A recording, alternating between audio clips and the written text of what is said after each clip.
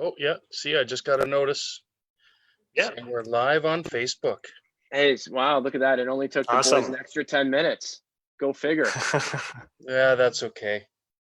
You know what, though? I will say that it's my fault. I'm not the technician here. If we had our weapons tech, Troy, Chief Warrant Officer Troy Zuorro on the case, this probably wouldn't have happened. So we'll blame it on the non-for-profit CEO. That's myself, Rick Seymour. Thanks for joining us. As I said, my name is Rick Seymour, CEO. Together We Stand. I really appreciate you joining us on Monday evening. I'm very fortunate to have joining us tonight two wonderful individuals, gentlemen and guys that I'd like to call friends at this point. Retired Chief Warrant Officer Troy Zuorro and retired Lieutenant Colonel Janin Blanchet. Thank you very much, gentlemen, for joining us today. Thank you. Yeah, it's a real pleasure to be here. My pleasure. Thank you. So let's get the now pleasantries are aside. The reason that the guys are here today, it was Father's Day yesterday. So to the fathers, happy Absolutely. Father's Day. Cheers. Happy Father's Day. Cheers, guys. Enjoy. And maybe this is actually a good time for me to just step aside here. I got to check on my sausages. Troy, maybe if you want to start, introduce yourself. And then yeah, and maybe you can go with a little bit of a run through of who you are and tell everybody out there who's watching us a little bit about yourself and your role in the military. Absolutely. So as Rick said, Chief Warrant Officer retired Troy Zuorro, retired effective last August.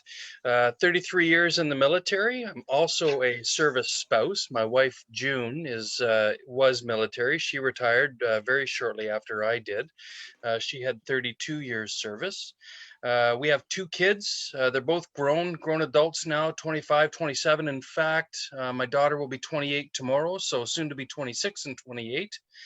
Had a long and successful career. We moved a number of times throughout our lives in the military, and some places we moved to multiple times, other places just once, but it was a pretty fantastic career from my perspective. And going back just a little bit further, I was a base brat. So growing up, the military, that was what I knew. We lived in military housing.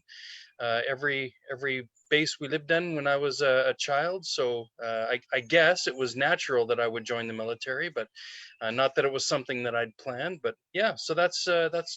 That's a little bit about me. When I retired from Trenton and moved back here to Ottawa. So yeah, that's it. Nice. So I'm Lieutenant Colonel Janin Blanchet. I'm from Repentigny, Quebec. I joined the forces in 91, met my wife in the military. We're both Griffin helicopter pilots. I retired after 23 years of service at age 40, which is younger than the average, simply because it was getting harder to get the family and career working together for that moment. But was a civilian for 2 years, then joined back the reserve, did some training with the reserve, GC, the staff course, staff college, I should say. And now I am with the reserve in Ottawa, serving in the air staff as the cyber expert for the air staff.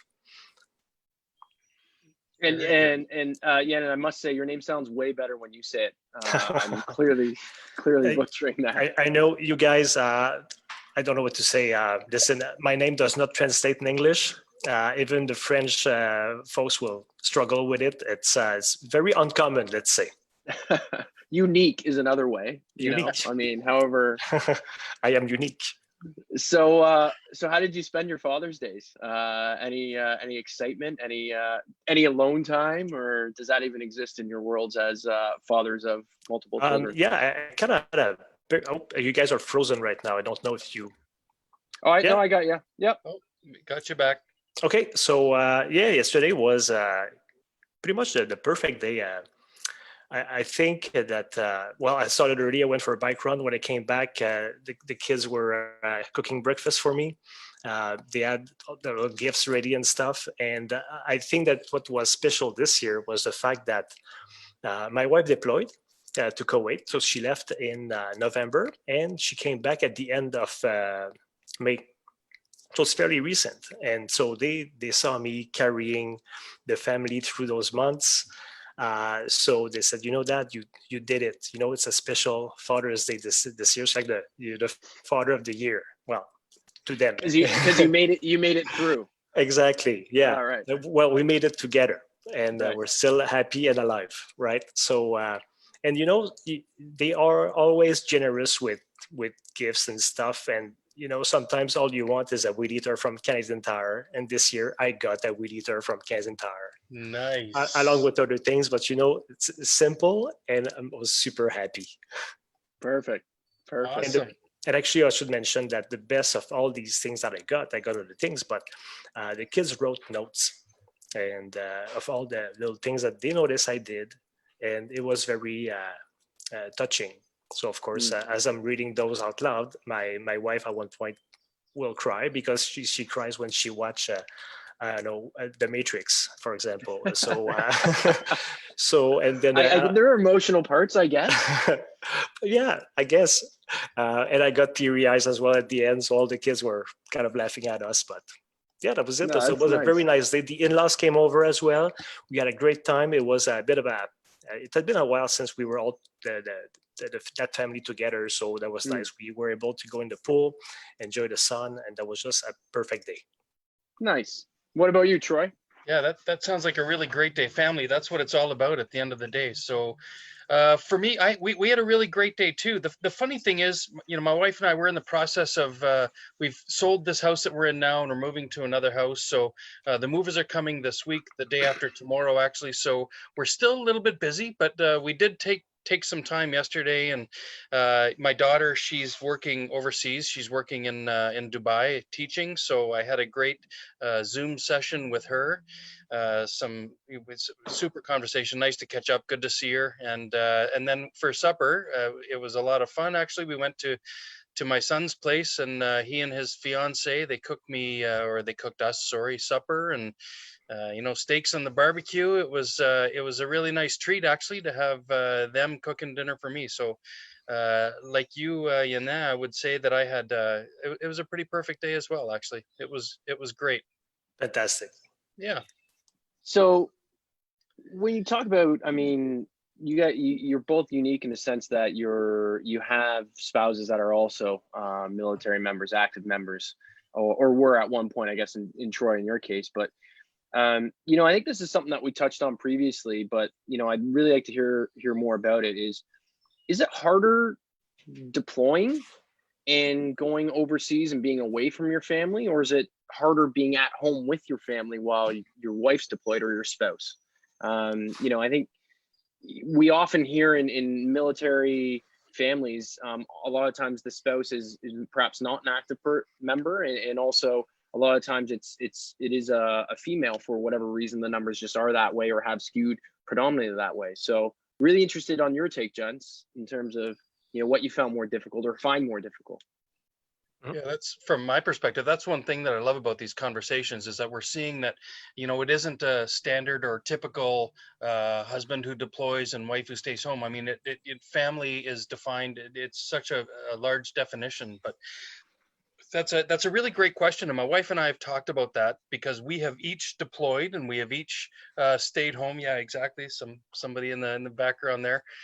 We've each deployed and we've each stayed home, and we've talked about that. And the funny thing is, we actually have a very different perspective between the two of us. So we've each deployed when the kids were younger and older, and I find it much more difficult to stay home and look after the family, to keep the home fires burning, to keep activities going, and paying the bills and just keeping everything going, compared to when I was deployed. And really, all you have to look after is yourself. You show up to work whenever you got to work, and they give you they show you where you've got to eat, and you squeeze a workout in every day. But from my perspective, I always found it easier to deploy. My wife, on the other hand, she finds it easier to stay at home. So for her, it was always much more difficult to stay to go away. And I don't know why that is. I don't know if there's just some inherent difference between mums and dads. It's not that I found it easy to deploy. I mean, my last deployment in 2016, I was overseas, and there were times on that deployment that were particularly challenging. But overall, I would say for me, it was much more difficult to stay home. So yeah. Yeah, and I sure understand, and everybody's different, of course. We did our deployments before we had kids, and the only deployment we've done with kids is this last one where I'm the one who stayed home. But I sure remember when I deployed to Bosnia, we were dating at the time, and to me, life deployed. This is Zachary, my son, Awesome. 14 years old, taller than me.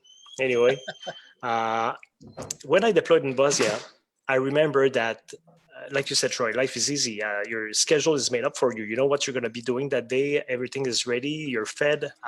It's everything is sorted out. And I remember Jamie, my girlfriend at the time, found it more challenging to be away, and she was dealing with that separation differently than I did.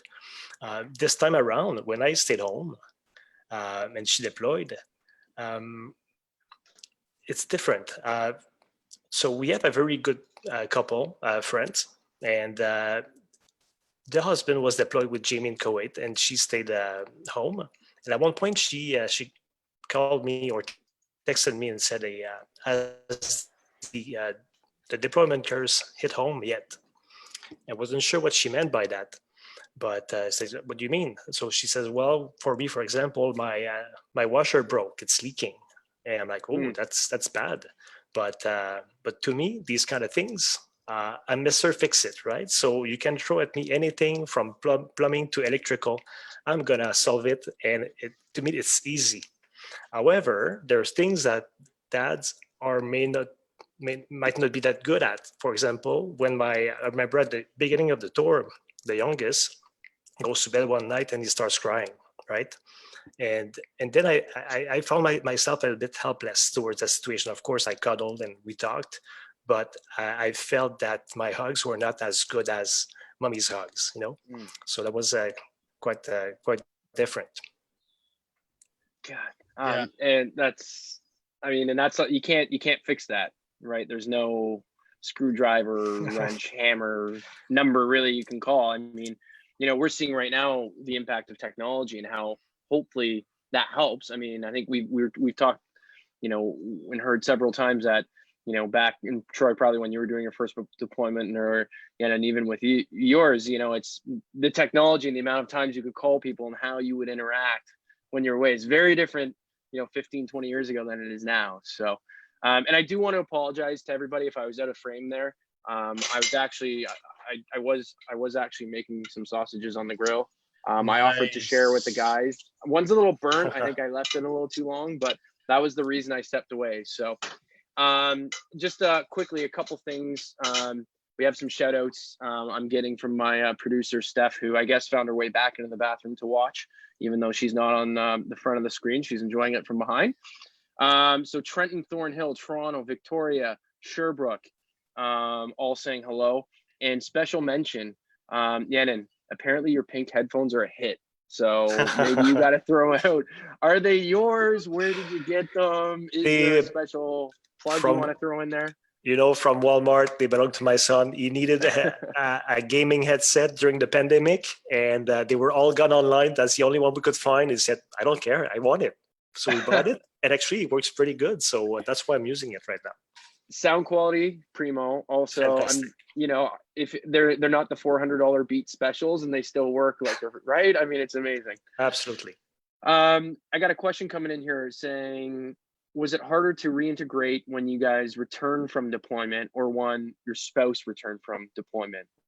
Is there any difference kind of in terms of, you know, because interestingly enough, Troy, you said Jimmy's store finished at, oops. No, go ahead, Janin, sorry.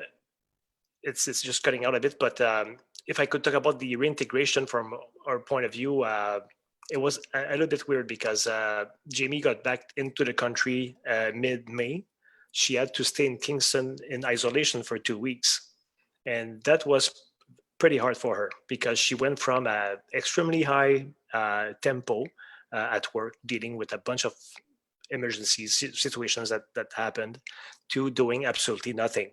And that was hard on herself. The internet worked, so we were able to do some FaceTimes and such, but she was not happy. But it kind of eased her into the family routines as well, because at least we were on the same time zone. We could interact with mommy more often. And then when she showed up, it was like as if she never left, pretty much. So that kind of was easy, if I can say. Is that hard on her? Sorry, Troy. Is that like, I mean, you know, from your relationship, I mean, you know, not without giving away too much. I mean, you know, your wife, I mean, thank you for, and thank her on our behalf, obviously, for everything that she's doing for us in our country. I mean, to be the level that she's got to within her career, you have to sacrifice quite a lot. And, you know, does she talk to you or confide with you about how difficult that can be in terms of being away from the kids? Yes. I think that deploying for her was harder than for me staying here. And she really missed the kids. There's some days that were worse than others or better than others. But I remember what we did at one point, you know, we prepared a bunch of messages written on papers. One stack, like in an envelope. One envelope would say, open one of those if you're feeling sad.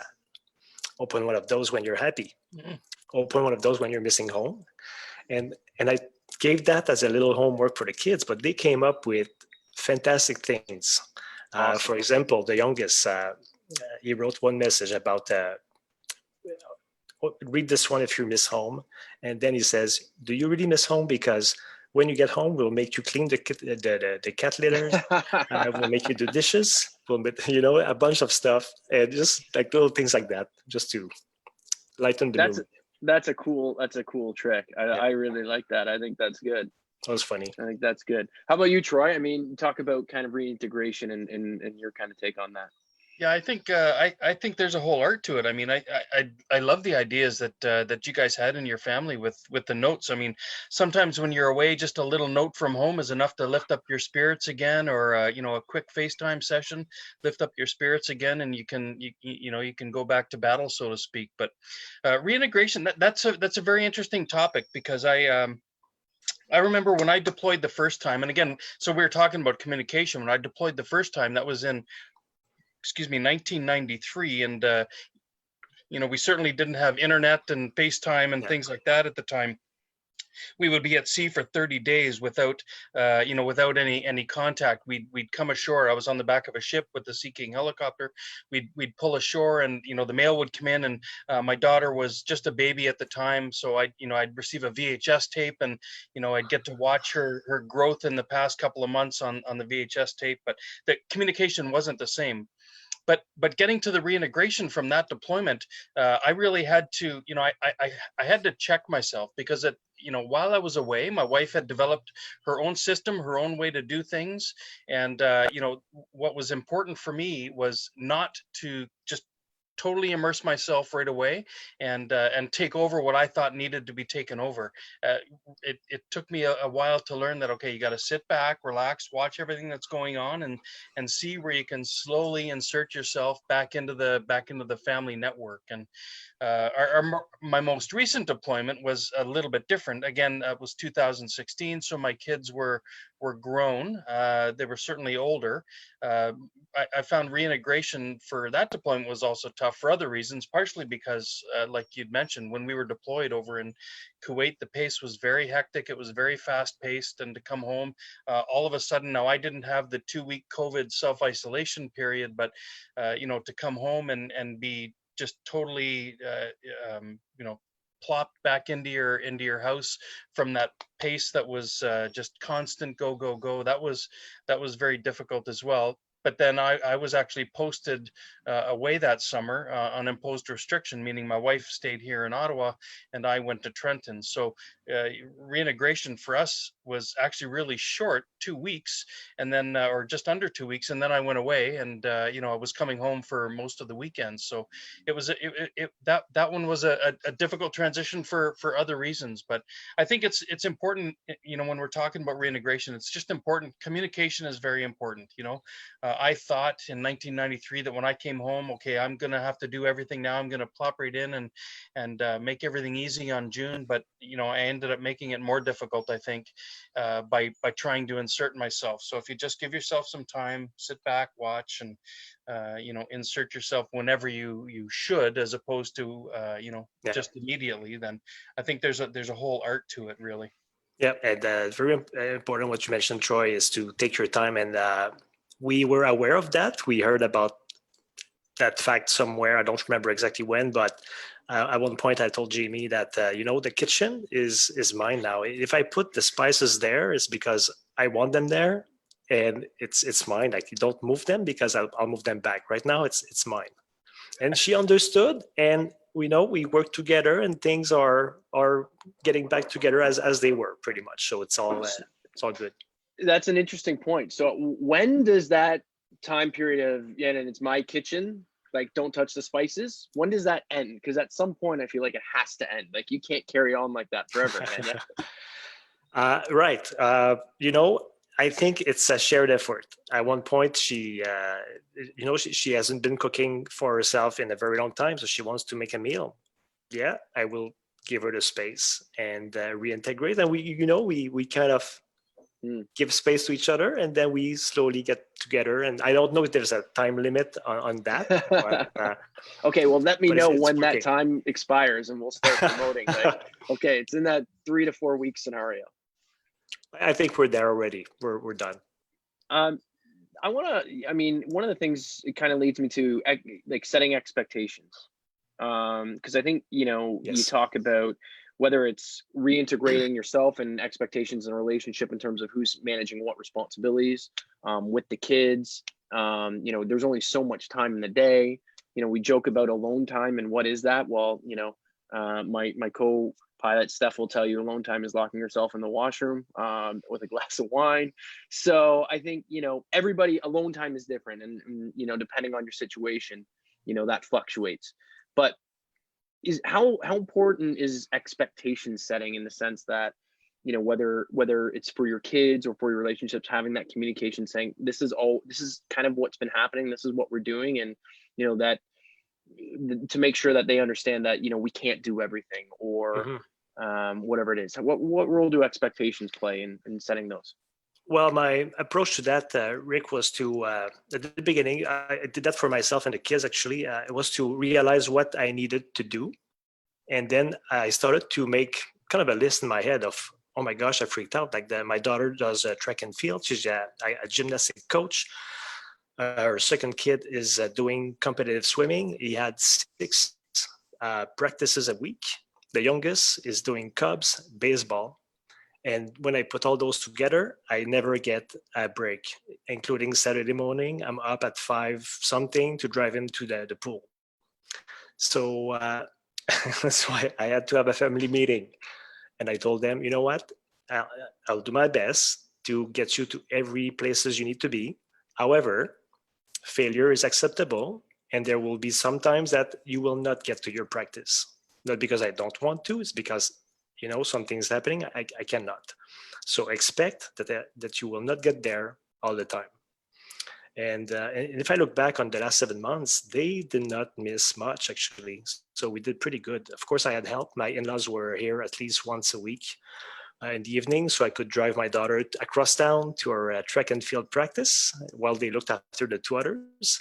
The swimming, my son was able to get himself to is close to here, so he did that by himself often, and except the other pools where I had to take him. And one thing that I did with my daughter as well to help reduce the workload was I told her, listen, ask your friends and figure out who lives in the area, and I'm going to give a ride to everybody around here,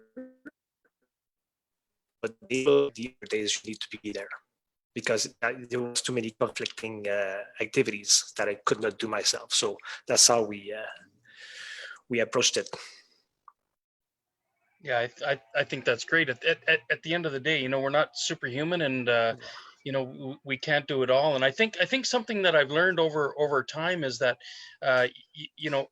sometimes it doesn't matter if maybe you don't have kids, and everybody's family situation is different, but the experience is very similar regardless of your family dynamic. I think that when I think back to us, I'm brought back to a deployment that June did when I think the kids were about 2 years and 4 years old. It was many years ago. We're in Cold Lake, Alberta. And I remember we had a very rigid schedule. Now, I did have a very good, village, so to speak. I had some really good friends that were helping with the kids, and they would give me some alone time so that I could go grocery shopping or whatever. But I do remember one specific day where we had to have dinner by a certain time, and I don't remember what time that was. It's irrelevant, but had to have dinner by a certain time. But I remember, it was a long day at work, and I came home, I put some music on, and to this day, when that song is played, I have that song still on my iPhone because it brings me back to that very moment, and I get goosebumps just thinking about it. Because what was important in that moment in time was to pick up both my kids. I had them both in my arms, and we were literally just dancing around the kitchen. It was, for me, you think back to, because I remember being a little hard on myself. Okay, we didn't have supper in time, so it threw our whole schedule off that whole night. But it really wasn't a failure necessarily. In fact, I'd chalk it up as a bit of a win. Now, they were too young; they don't remember that. But like I say, any experience that can still have that profound effect on you, give me goosebumps talking about it here with you tonight. 24 or 22 years after the fact, I think that's pretty incredible. But anyway, I think it's yeah. So Anyway. hold on, we got to know now. I mean, what's the song? Yes. Into the Mystic by Cat Stevens, or Colin James has a version of, but it was Into the Mystic by Cat Stevens. So Cool. First thing that's being played on my my AirPods after this call for sure. I gotta hear this. I gotta know what's going on there. Yeah, it was an awesome experience. I mean, that's one of the things that there's so many great things here. You could take this conversation 9 different ways after that. The great experiences, the teaching your kids kind of the resilience. You're asking them to kind of help, make their choices and help make their relationships, right? Relying on that, village. I think Janin, you're talking about, how your daughter, you'd make sure that she was asking her friends, what daughter, son? Yes. Daughter, yeah. About, arrange the rides with the families, right? Like instilling that, helping build that confidence, is massive in, I mean, the whole, stopping everything, listening to a song to dance with the kids. I mean, you're giving me goosebumps just thinking about that, and I don't even have kids. It's a survival. Right? Exactly. You do what you can do, and that's all that you can do. I wanted to quickly talk about there's so many things I want to get in here, but when you talk about one of the questions that came in here, and we've kind of touched on this, being a dual service couple, Janin, you've kind of stepped back a little bit. Troy, you and June kind of both did it at opposite times, but conflicting postings, across country. There's only so many places that you can go together as a family. Like, how do you balance that? How do you, I mean, that's gotta be tough, at some point, I guess you set certain things aside or you prioritize, but I mean, how do you do it? Yeah, that's a really good question. And I remember many years ago. So again, I was a non-commissioned member. June was an officer, and I remember being a corporal in Cold Lake, Alberta. June was a captain and about to be promoted to the rank of major when we were leaving. And I remember thinking, okay, it's probably not very. Now I should quantify by saying or clarify. I was an aviation technician, an aircraft mechanic, and June was a logistics officer. So really, we're both Air Force, but we're in two different fields. So, I remember thinking that it was going to be important for one of us to make a decision, or both of us to make a decision as to whose career would take a priority. Yep. So, I think we made that decision at that time. We were going to take the postings that were best for for June's career. I learned later on, though, that I think that as long as you're in our situation, and I know not everybody is the same, but in our situation, as long as we were fairly flexible in where we wanted to be posted or where we were posted, then things might work out for both of us. And in the end, I'm very comfortable to say that we both had a successful career, and for me to say that my career was successful does not, that's not linked to a job or a rank. But I think we both had very successful careers, and it was tough, but flexibility was critical. I remember a story. June again was away on a course. We were in Shearwater. June was away on a course. Knew we were being posted that summer, and June worked for the wing commander. Was Colonel Al Blair, and I remember because she was away, he gave me a call, and I was in my sister-in-law's house. We were painting her house. She just bought a new house. I was painting, and he said, "Troy, I got some news on your posting." "Okay, sir, where are we going?" He said, "You're going to Winnipeg." I said, "Sir, that was the one location that we said we didn't want to go."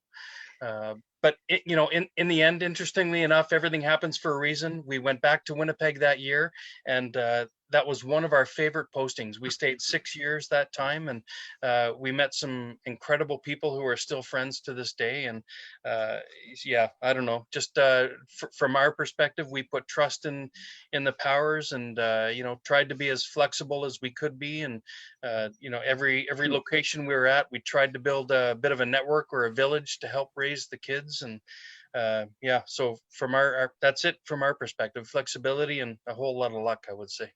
Yeah. Cool. Good And advice.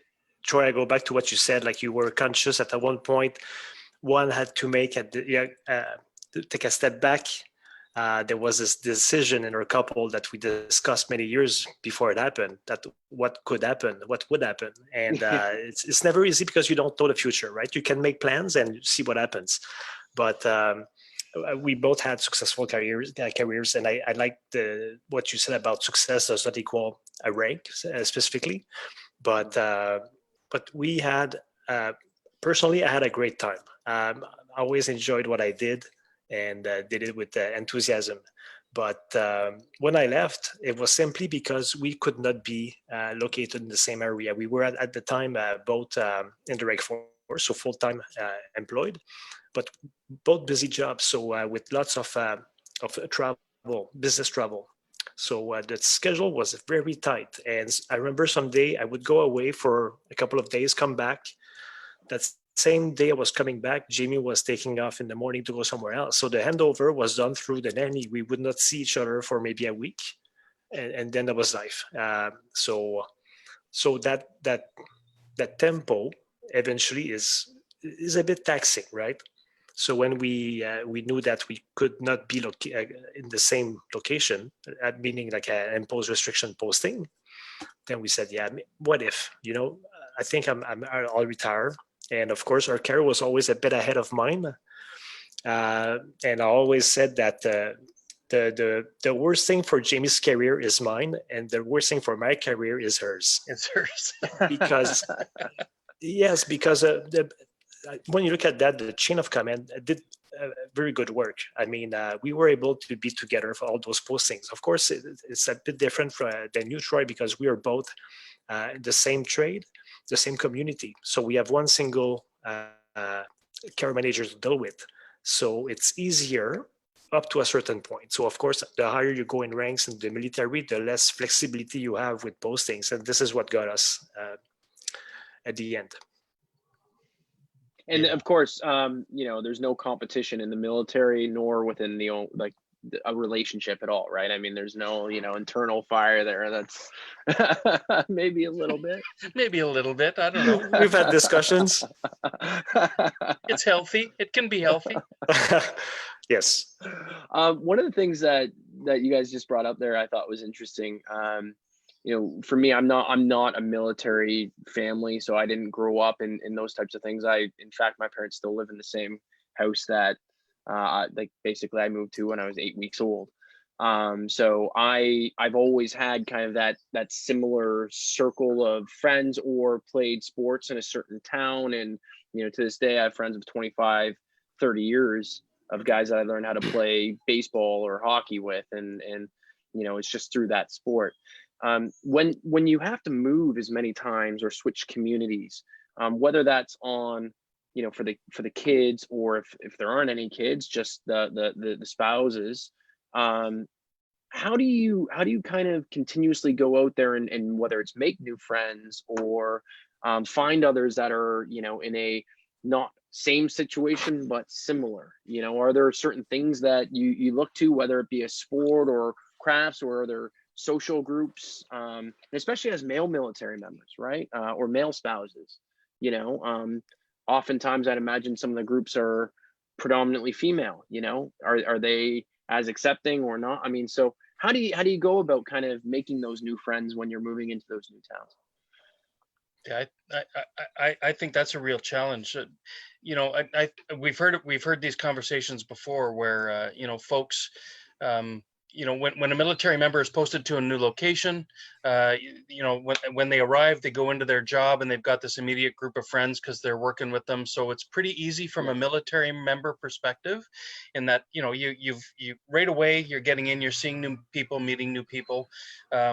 Because June and I are service spouses, it's kind of the same for both of us. We've each got our immediate networks at the workplace. Although because June and I were in different fields, and non-commissioned member versus officer, I would say it was a little bit different. I would go onto a crew and work with 30 or 40 or 50 other people. June would go into an office and, she would work closely with just a handful of people. So it was certainly different. Right. We still had different experiences. But, I think about the spouse who isn't in the military, the non-service couple. That's a real challenge. And, I think we've heard before where you just got to put yourself out there in different groups. For us, what helped, when we went back to Winnipeg that second time after Colonel Blair told us we were going back, that was our second posting to Winnipeg. And our first posting there, it wasn't a fantastic experience. It wasn't negative, but it wasn't a fantastic experience. When we went back the second time, we ended up meeting, creating our village again, I'll say, through sport through our son. Our son wanted to play basketball and soccer, and it was 4 other groups of parents that we ended up connecting with very closely there. And again, like I said, we're still close to them to this day. So, I think, again, everybody's experience is a little bit different, because June and I are a service couple. We have our own experience. We had kids, so we could have some of the kids' sport to help create friends. But again, people who are maybe they don't have kids, and it's a non-service couple, so there's some unique challenges there too. But I think it's important. Family resource centers are good resources for sure. So there's lots of tools out there, but everybody's experience is different and unique, and that's the way we face that anyway. That's my sense on that. Mm-hmm. Rick says, very good question, and it brings me back many years ago. When it comes to posting, there's two sides of it. There's the kids' version of the story, and then our version of how we see things. And I remember that for the kids, the younger they were, the easier it was to move. I remember we left Ottawa, and we went to Toronto for 1 year. Then we went to Winnipeg. And after our first year in Winnipeg, Zachary, or her son, came to us one day and said, "Hey, where are we going this summer? Where are we moving to?" Because summer vacation for them meant we pack everything, we drive for like a week, and then we stay in hotels. There's water slides. It's all good. We show up. There's a new house, and this is life. Right.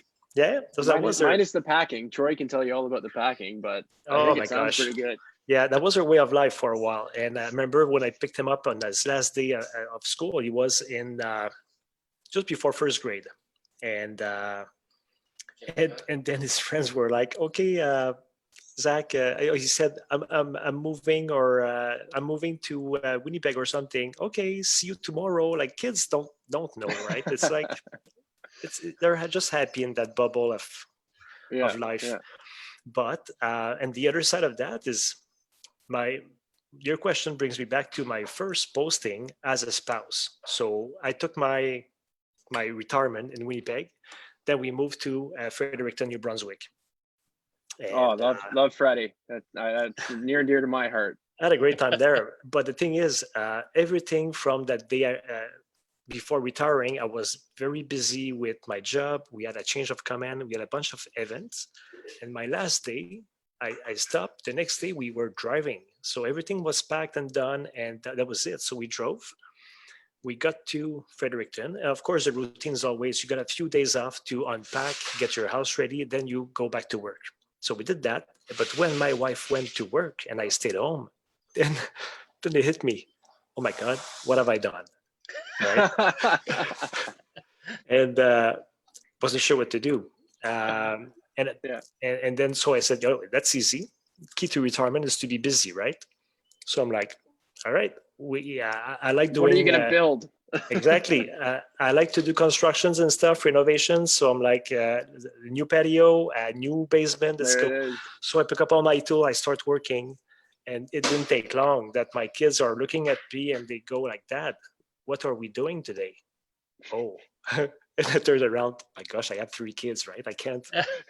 I guess I'm not retired yet. My plan for retirement is not going to work. And when I made the realization that my job at that moment was to take care of the kids, we had the best summer ever, because I was able to take them to the park Fredericton had to offer. And so when my wife was able to leave during that summer, we did I think we got a frozen Yan, and he's doing a little, ninja chop or something, I think. Yeah, I thought he was going to come back there, but he's holding on. I was holding on for that.